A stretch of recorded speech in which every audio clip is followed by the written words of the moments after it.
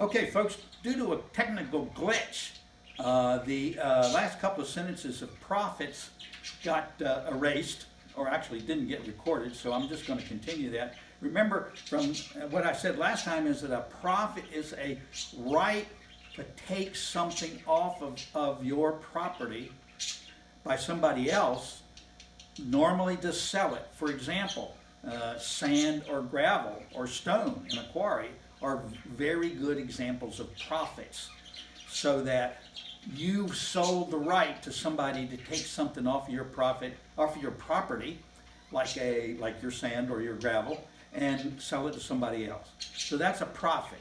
Okay, so now let's get started on our third of our lectures on real property, and we're going to talk about deeds.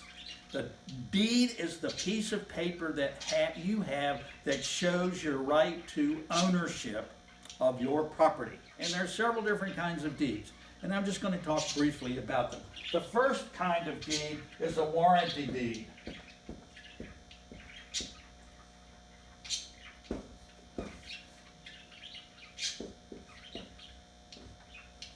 And a warranty deed is that kind of deed, and it usually says warranty deed right on the top. It's that kind of deed that gives you the ownership, and it warrants certain things, like it warrants that there's no liens on the property, or it warrants that you have the right to own the property forever, or something like that. Anyway, there are a lot of warranties attached to a warranty deed. That's the best kind of deed you can have. Then there's a grant deed.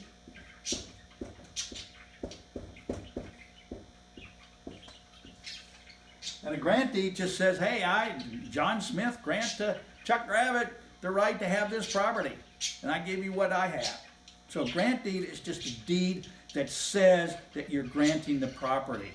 Okay, another kind of deed that we often hear about is called a quit claim.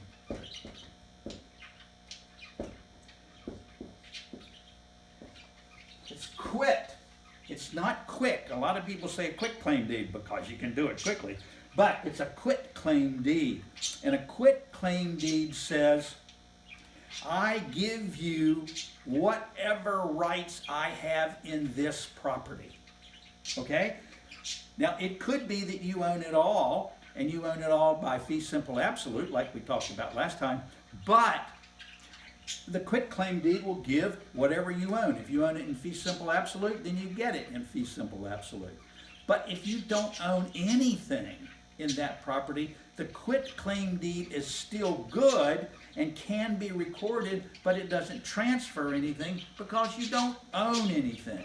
That's the real scam, for example, in trying to sell the Brooklyn Bridge. I can give you a regular deed, signed and notarized, that gives you all of my interest in the Brooklyn Bridge. And if I can sell it to you for $500, I'm $500 richer. What do you own? Nothing, because I don't own anything in the Brooklyn Bridge. The deed is good, but it doesn't transfer anything because I don't have anything to transfer. So, okay, those are several different kinds of deeds, and there's the main kinds of deeds that we will see. Now, another way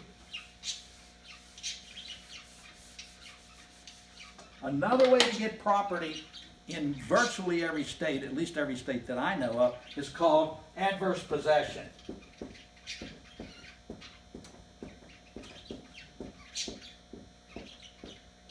Adverse possession is a way to get ownership of a property without purchasing it. To get adverse possession, you must have a certain number of things. Your possession must be actual and exclusive. Okay? You must be actually on the property and the only person on the property. It must be open, visible,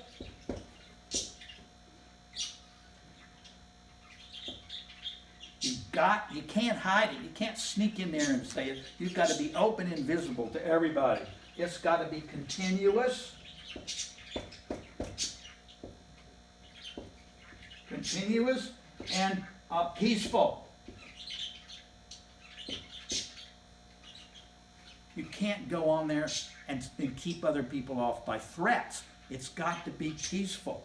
The other thing, it's got to be hostile and adverse to the real owner. In other words, you can't take adverse possession by permission. If I say, sure, you can go on my property, that's not hostile and adverse. That means that you're doing it against them. And the last thing in California, and this is not the same in many other states, but in California, you must pay property taxes on that piece of property for 5 years. Okay? That is the thing that you must do in California, and that is the thing that keeps most kinds of adverse possession in California. You don't get it because you are not paying the property taxes on this piece of property that you want to try to take by adverse possession for a full 5 years. If you don't do that, all of this other stuff doesn't make any difference. You must pay the property taxes for a full 5 years. Okay, got one more lecture on real property, and then we'll jump into bankruptcy and antitrust. See you next time.